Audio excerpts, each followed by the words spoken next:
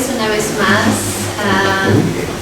Me gustaría empezar por agradecer a todas y todos que están acá, a Jaime, a Percy Vichez, a Gerardo Rodríguez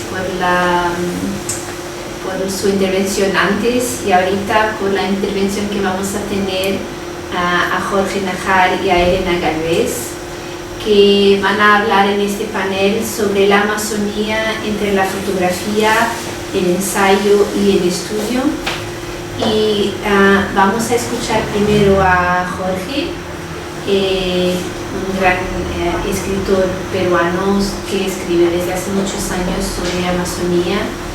Y después escucharemos a Elena, que va a hablar un poco más de los regímenes visuales de representación en Amazonía, y después de escucharlos tendremos algún tiempo para preguntas y para una discusión. Entonces le paso la palabra a Jorge y una vez más muchas gracias por venir a Lisboa y por estar aquí con nosotras y nosotros. Muchas gracias a todos ustedes y muchas gracias por darme la oportunidad de expresar así públicamente y de manera descarada. Estoy enamorado de Lisboa.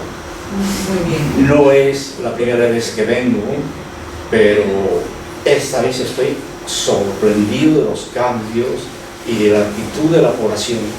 La población siempre abierta, siempre atenta, siempre generosa y que no escatima tiempo para explicarte dónde queda esto, dónde queda lo otro, etc.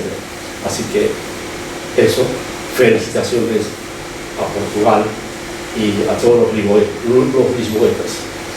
Dicho eso, pues para centrarnos en el tema, la Amazonía.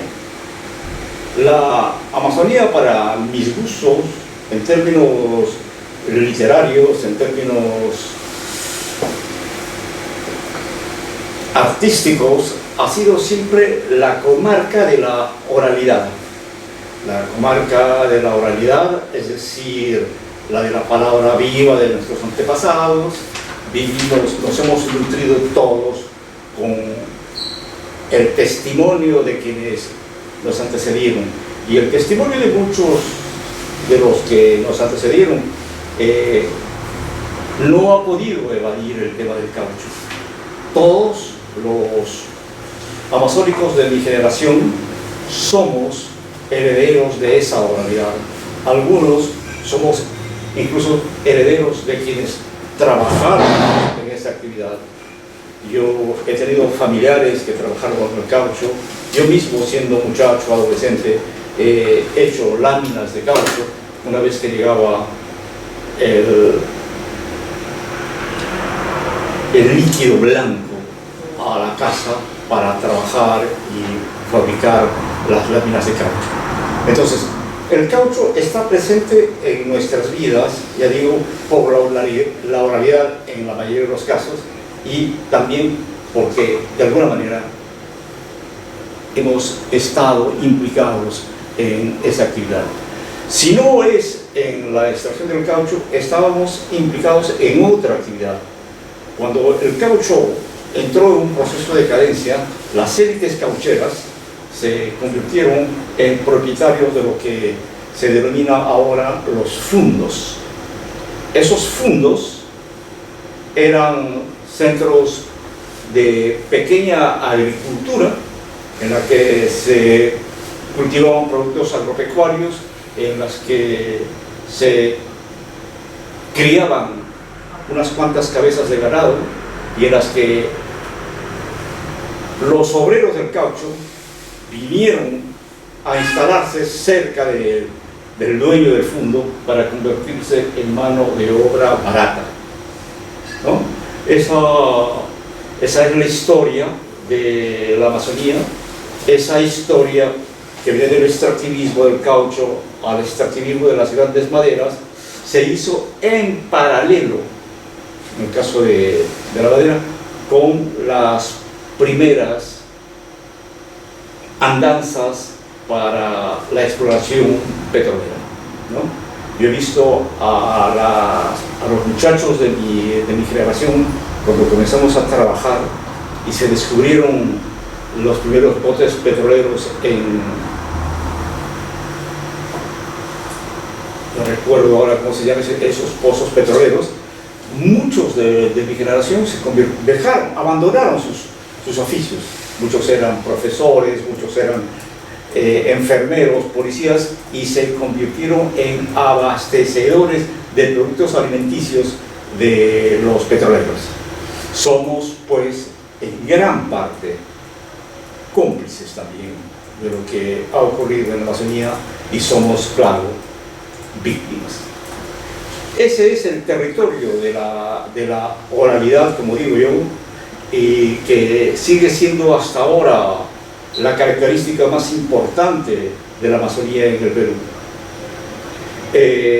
El trazo de esa oralidad hacia la palabra escrita, hacia la letra, nos ha dejado hasta hace algunos años una imagen todavía difusa.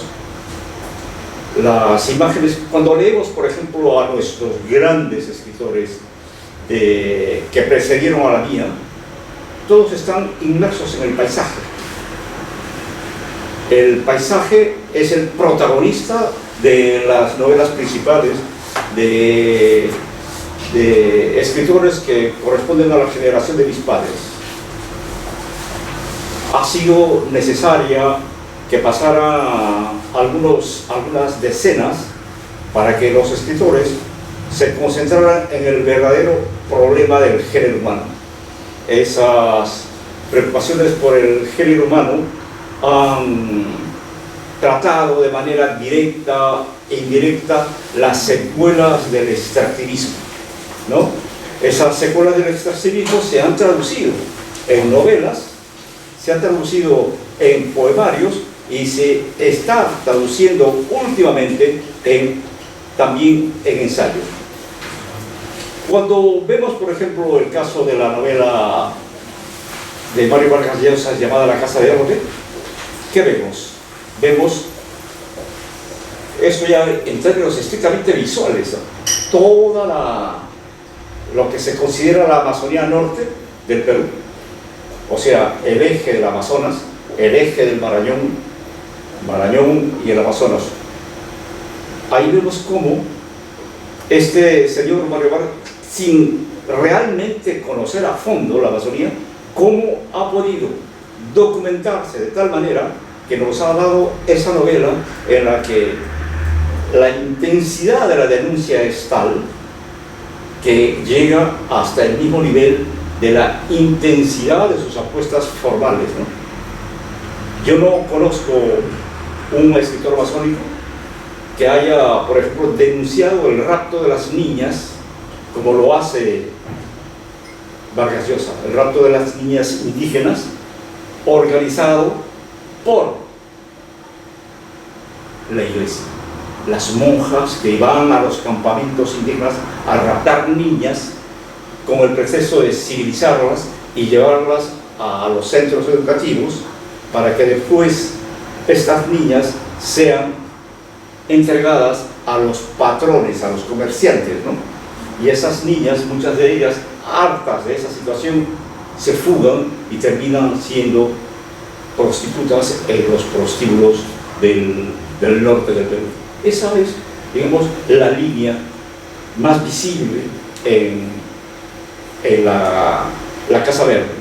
No he visto, lo digo con toda sinceridad, ningún otro escritor que haya pintado así de manera tan verídica, tan acertada en sus formas y en sus estrategias, como es el caso de Mario Vargas Llosa.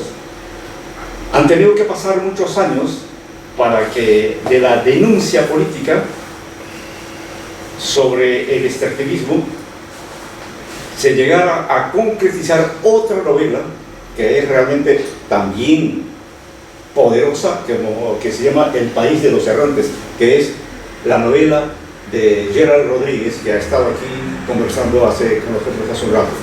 Ahí, en la novela de Gerald Rodríguez, es como si estuviéramos en una serie de Netflix, es decir, todos los problemas de las poblaciones indígenas, pero expresadas con tal belleza que cada escena a mí me dio la impresión de estar asistiendo a una exposición de pintura, a una exposición de cuadros muy bien pintados.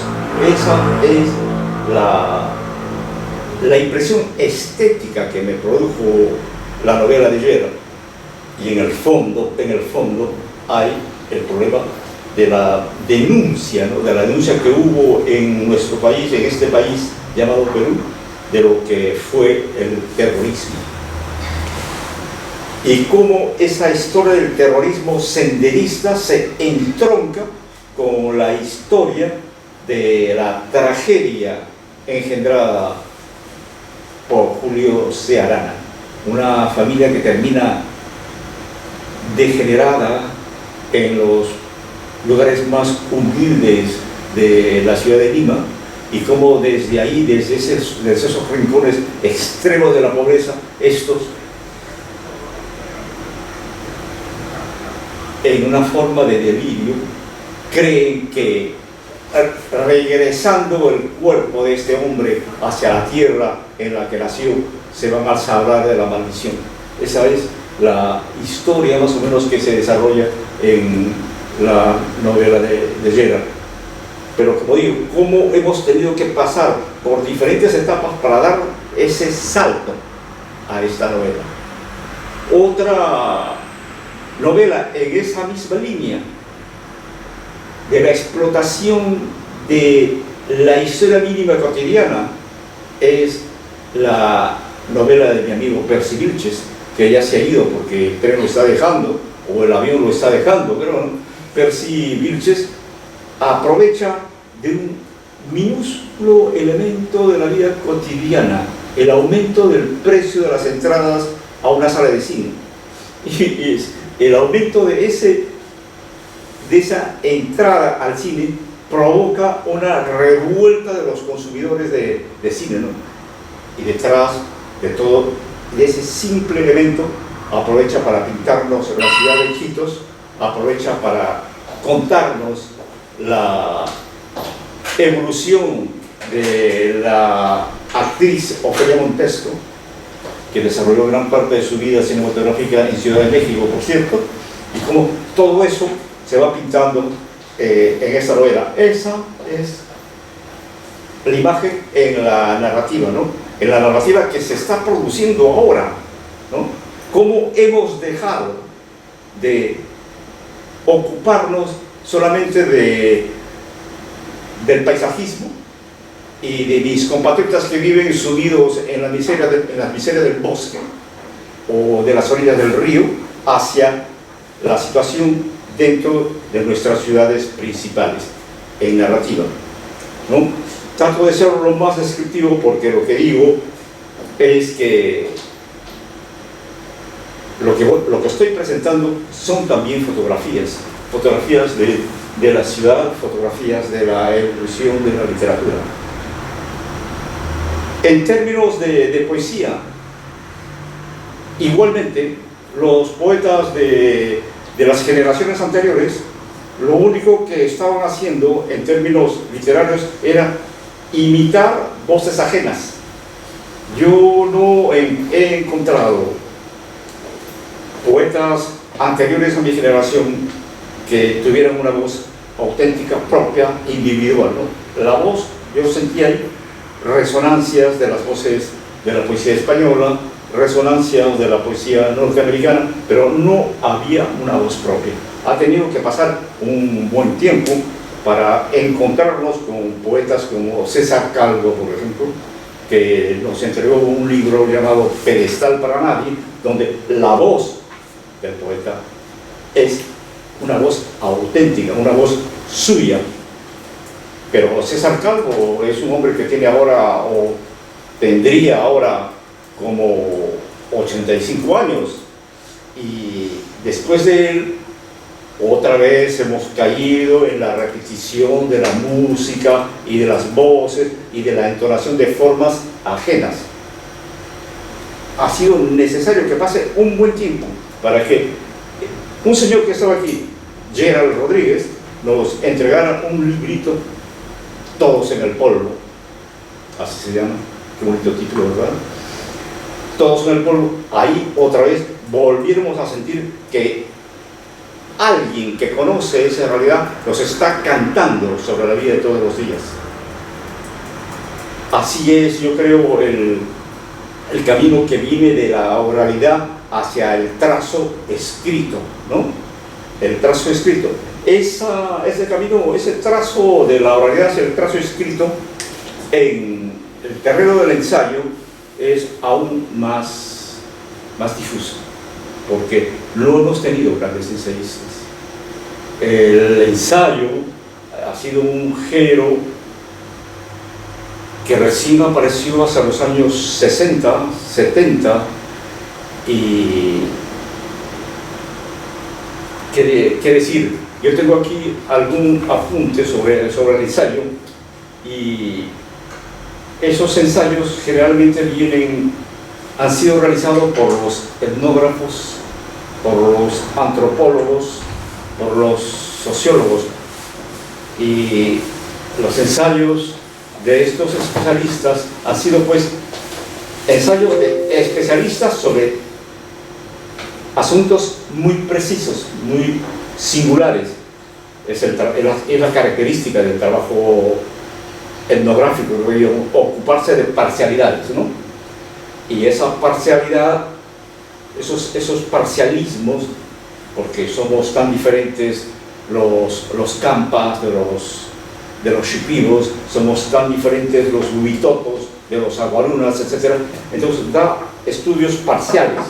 Hasta ahora no hemos conseguido crear una visión generalizadora que integre una imagen real de todo lo que es la diversidad etnográfica en nuestro país. Así pues,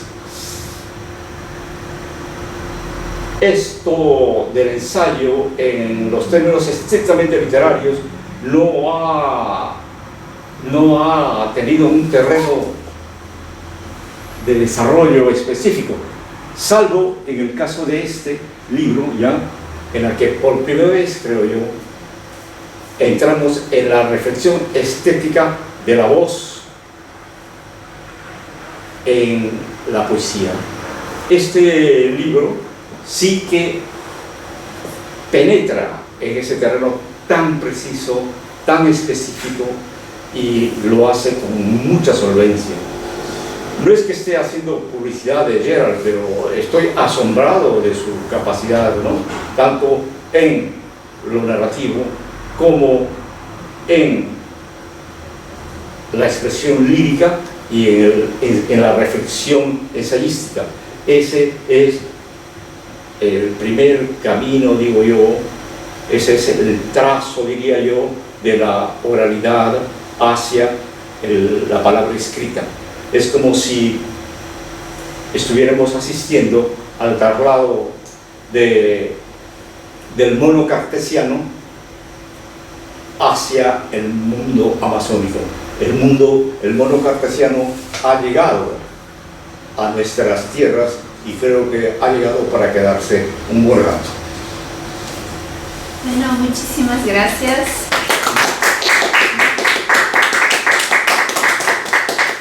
Por este magnífico recorrido de la literatura y de la poesía y del ensayo amazónico en Perú, en las últimas décadas, ¿no? Cómo ha cambiado la percepción de Amazonía y su representación en diferentes modelos literarios.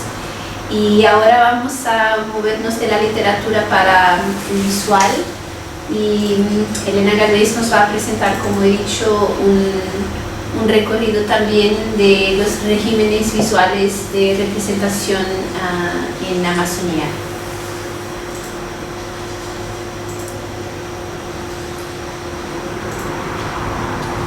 Gracias. Bueno, yo me voy a salir un poco como que de la tónica que ha tenido todas estas mesas, que de hecho es un poco intimidante contar con la presencia de gente que con todos sus años de experiencia y con todo el conocimiento de la Amazonía.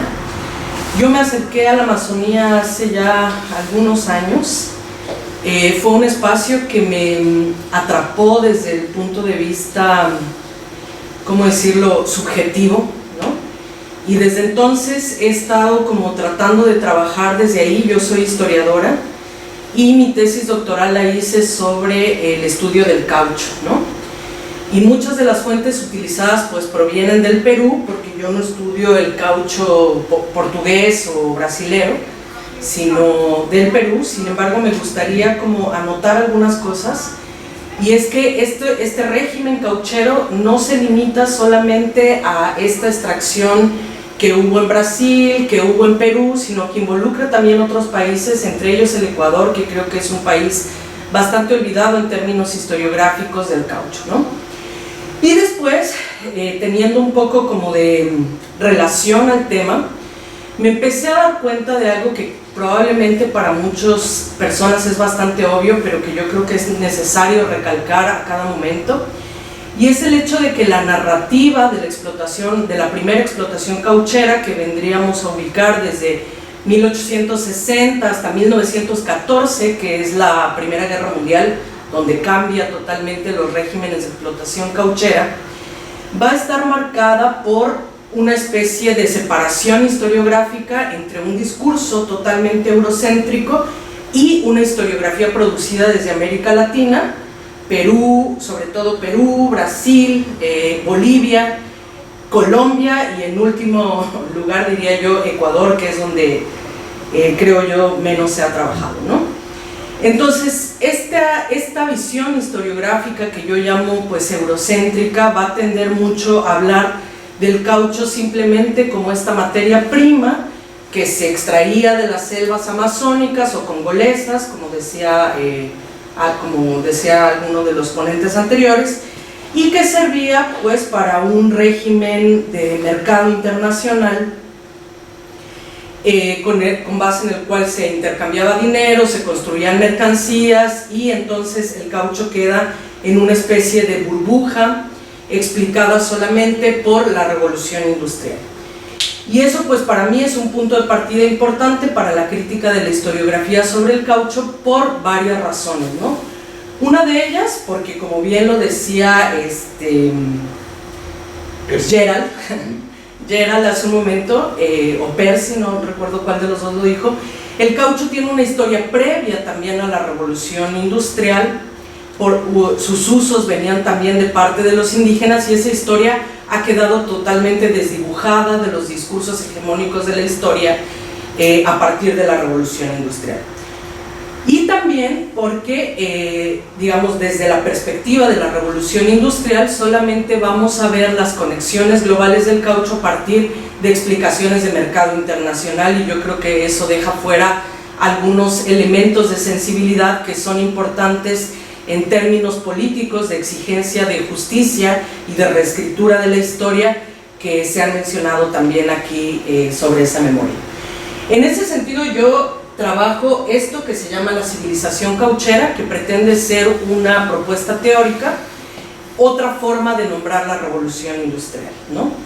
¿Qué tendría de diferente? Que la civilización cauchera intenta visibilizar estos ocultamientos de los que acabo de hablar, y también dar voces a otro tipo de fuentes históricas que no son escritas y que entonces han quedado fuera, para recuperar también la ponencia de Jorge, ¿no? Que está todo este régimen de oralidad, este caucho que está tan presente en la memoria cotidiana indígena, amazónica, de muchos sitios, de muchos países, incluso del Ecuador. Les decía yo que ha sido poco trabajado, pero que esta memoria pues evidentemente está muy presente en las comunidades indígenas.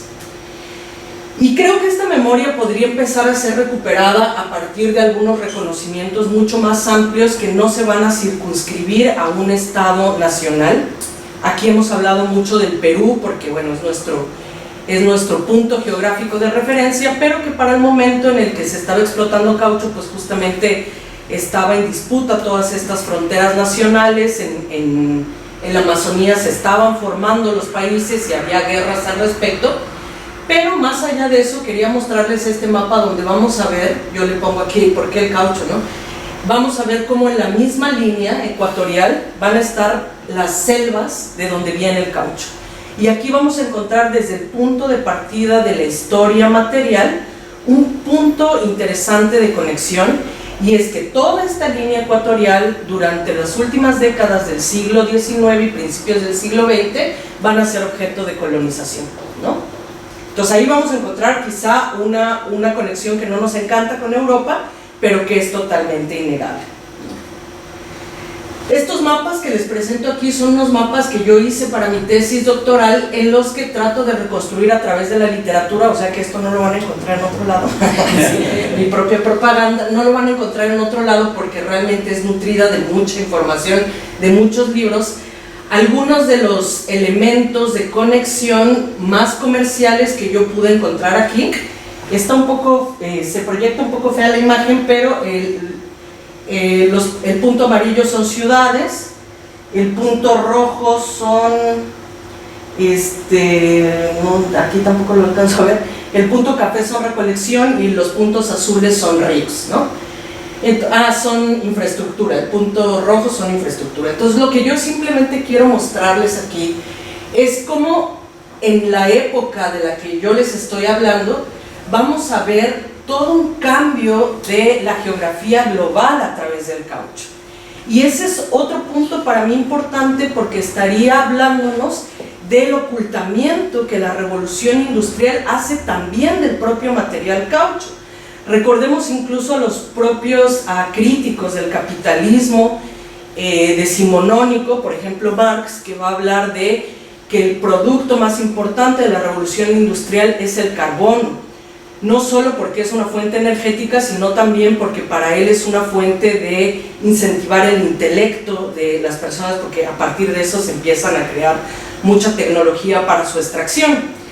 El caucho permanece oculto también porque su importancia, digamos, está en que se construyen mercancía que ya no es caucho, ¿no? Que son pues frenos de ferrocarril, que son como decían hace rato, zapatos, ponchos de agua, etc. Entonces probablemente no vemos el caucho tal como mercancía, sino ya transformado en otras cosas. Pero en todo caso en este mapa se puede ver toda la infraestructura de puertos, trenes que hubo tanto en el Congo como en la Amazonía, y en esta primera lámina, en la parte de arriba, ustedes van a ver los principales puertos a los cuales llegaban estos cauchos. Y esto también es muy importante porque en realidad no sabemos de dónde venía exactamente todo el caucho que nutría estos países que estaban en vías de industrialización. Y no lo sabemos porque, si bien salían desde Brasil hasta Europa, probablemente este caucho que salía desde los puertos brasileños hasta Europa podía venir de Colombia, bueno, de lo que hoy es Colombia, de Ecuador, de Bolivia. Sin embargo no hay registros de eso, ¿no? Entonces todo este caucho que se le atribuye también a Brasil habría que empezarlo como a difundir y entender que este momento de conexiones de caucho pues realmente involucraron un amplísimo territorio. En prácticamente 2 décadas se transformó toda la geografía y la geografía humana amazónica de toda esta línea ecuatorial, en el caso amazónico específico, pero también del resto de los mapas que les mostraba. Este mapa a mí siempre me ha parecido muy interesante. Es un mapa de 1880 de esta empresa Eastern Telegraph, y es un mapa que nos muestra todas estas líneas rojas, son los cableados del telégrafo que conectan por primera vez el mundo, ¿no? Lo cual permitió que, por ejemplo, la guerra de secesión norteamericana fuera transmitida por primera vez prácticamente en vivo, ¿no? Y lo que quiero destacar con esto es que las conexiones entonces van más allá de estos regímenes de mercado internacional con los cuales, pienso yo, la historiografía sobre el caucho han dominado la historiografía sobre el caucho, ¿no? Habría que pensar qué tipo de nueva subjetividad está creando estos regímenes de conexión, ¿no? Estos recortes son recortes que yo saqué de la gran biblioteca amazónica, precisamente en Iquitos, y lo que quería mostrarles con estos recortes, que a mí siempre me han parecido interesantes porque son de principios de siglo, es por un lado la emergencia de la propaganda de todas las mercancías que empiezan a circular en Iquitos y en la Amazonía en general, y por otro lado pues el hecho mismo de la propaganda y los lugares de procedencia y las mercancías que están circulando, ¿no? Entonces tenemos así, estas son casas comerciales, entonces tenemos de Manuel Chong, ¿no? Y nos dice, circula azúcar, aceite, azul, que no sé muy bien qué sea eso, ¿no? Sardinas, té, etcétera. Por acá hablan de jerseys, otro tipo de mercancías, y también betunes para maquillaje, también fotografías, ferretería, etcétera.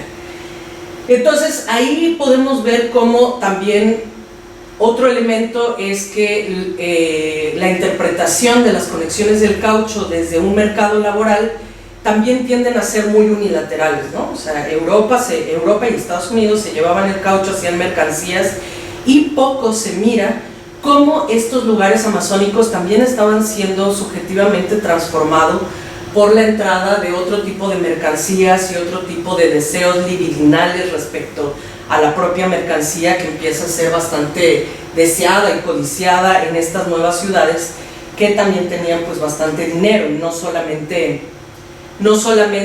estos elementos como tela, sal y herramientas, que normalmente son de los que se hablan para hablar de la sujeción de los pueblos indígenas a los regímenes caucheros. Y bueno, yo les puse esta fotografía aquí, que es justamente del álbum consular, ¿no? Que aquí tenemos algunos de los que ha trabajado este álbum. Y esta fotografía a mí me parece muy interesante porque nos va a marcar un horizonte, bueno, todo este álbum nos va a marcar un horizonte de lo que vendría a ser como la civilización, que es la palabra horizonte y el sentimiento subjetivo enmarcado dentro del positivismo europeo de deseo de transformación de estas sociedades, ¿no? Esta fotografía muy probablemente, yo no lo sé, pero muy probablemente es un montaje. Ustedes pueden ver cómo se desajustan los trajes, por ejemplo, cómo están en un color diferente. Y aquí no sé por qué se encimó la leyenda, pero el nombre de esta fotografía es Mujeres Huitotas Civilizadas, ¿no? Y la civilización estaría marcada pues justamente porque estas mujeres están utilizando ropa. En otro libro habla, estas mujeres que utilizan esta misma fotografía de esa misma época, dicen, estas mujeres que antes estaban desnudas corriendo en la selva, desnudas, y practicaban la poligamia y todo tipo de tabús universales para descalificarlas, ahora son civilizadas y son esposas de los caucheros, y estos caucheros pues vendrían a ser en ese momento como este elemento, esta marca de la modernidad, esta marca de la civilización, ¿no? Entonces digamos, aquí hay una muestra de este tipo de marcas. Yo creo que aquí vale la pena un poco pararse, y otro de los grandes huecos, además de los que ya se han hablado en esta jornada, es el rol de las mujeres dentro de este proceso cauchero, porque fueron esclavizadas por un lado, porque hay muchísimas denuncias comprobadas de violencia sexual como una violencia sistemática a las mujeres, pero también porque las propias unidades familiares estaban subsidiando el trabajo del caucho en ese momento.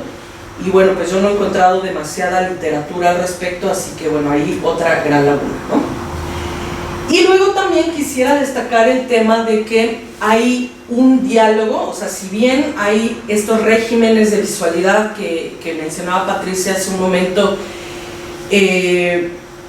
van a tener un claro punto de enunciación occidental, porque finalmente, bueno, pues son los occidentales los que tienen esta capacidad fotográfica que va a hacer circular las imágenes, etcétera.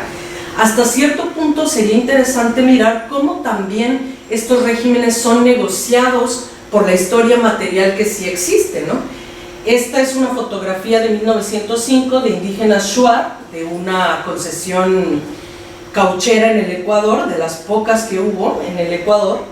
Lo saqué del archivo del Ministerio de Cultura Ecuatoriana, y también ahí podemos ver cómo existía una fascinación y una cierta necesidad de conocer pues esta otredad indígena, ¿no? Y estos vestigios, estas fuentes que nos quedan, si bien los regímenes de enunciación son desiguales y hay un discurso eurocéntrico que va a dominar, tenemos esto, ¿no? Tenemos esto que finalmente habría que ir analizando como una fuente que requiere la imagen, ¿no? O la imaginología como una fuente que requiere métodos de trabajo muy específicos que nos estarían remitiendo pues a un tipo de conocimiento más sensible, alejándonos del conocimiento alfanumérico que definitivamente no ha sido pues dominado por los indígenas. Y luego quería mostrarles estas fotografías que a mí me parecen muy interesantes.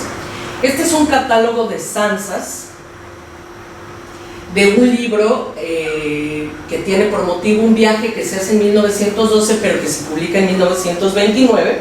Son muchas zanzas, aquí solo les puse 3.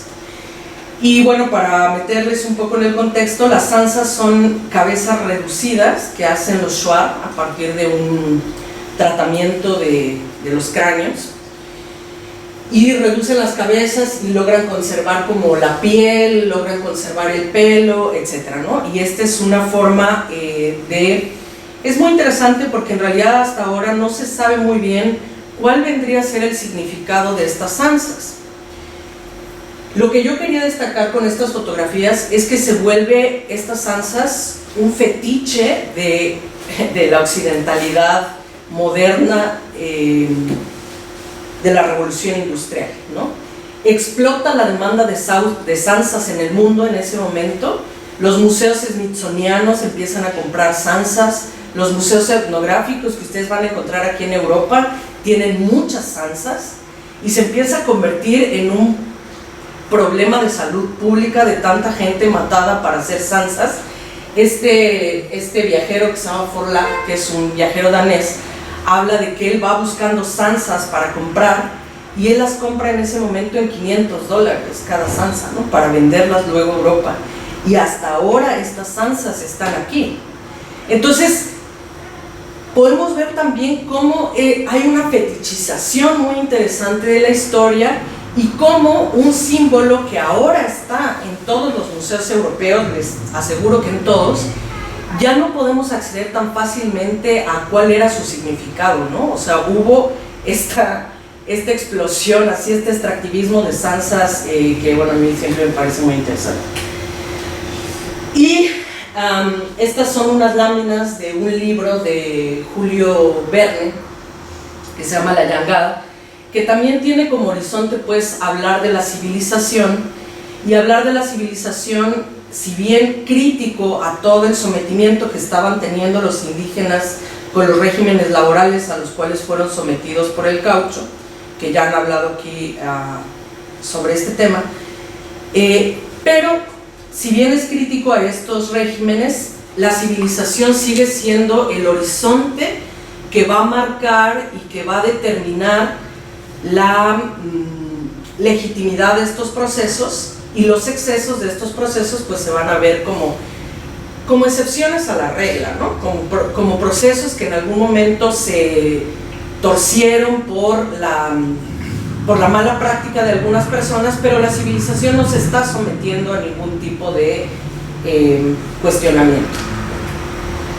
Estas citas que yo les pongo aquí, principalmente me interesa la segunda, que es justamente de Roger Casseman, que ya habían hablado aquí de él, y que normalmente, o sea, sin desmerecer todo su trabajo que hizo el Libro Azul y denunció todos estos abusos contra los indígenas en la Amazonía, y que también denunció todos los abusos que hubo en el Congo y que fue parte de pues, la gran primera campaña sobre derechos humanos en el mundo, y que efectivamente después es ejecutado en la propia Inglaterra porque se le considera como un traidor, ¿no? todos estos personajes, digamos, no se alejan nunca de los regímenes de civilización y van a utilizar todos estos tabús universales para sostener la legitimidad o la necesidad de civilizar a estos indígenas, ¿no? Entonces, bueno, esto es a propósito del canibalismo, ¿no? Y él dice en algún punto, ¿no? Los prisioneros tomados en estas guerras, habla de unas guerras por la civilización, podían ser sin la menor duda lo eran comidos o comidos en parte. En este sentido, los caníbales amazónicos no parecen haber matado para comer. Es decir, eran unos caníbales que no mataban porque tenían hambre, ¿no? O sea, vamos a decir que son todavía peor, ¿no? Para comer, como es el caso de muchas de las razas primitivas, hablando de Europa específicamente, ¿no? Porque ahí les podían cuestionar tal situación, sino que a veces, o tal vez con frecuencia, comían parcialmente a aquellos que mataban.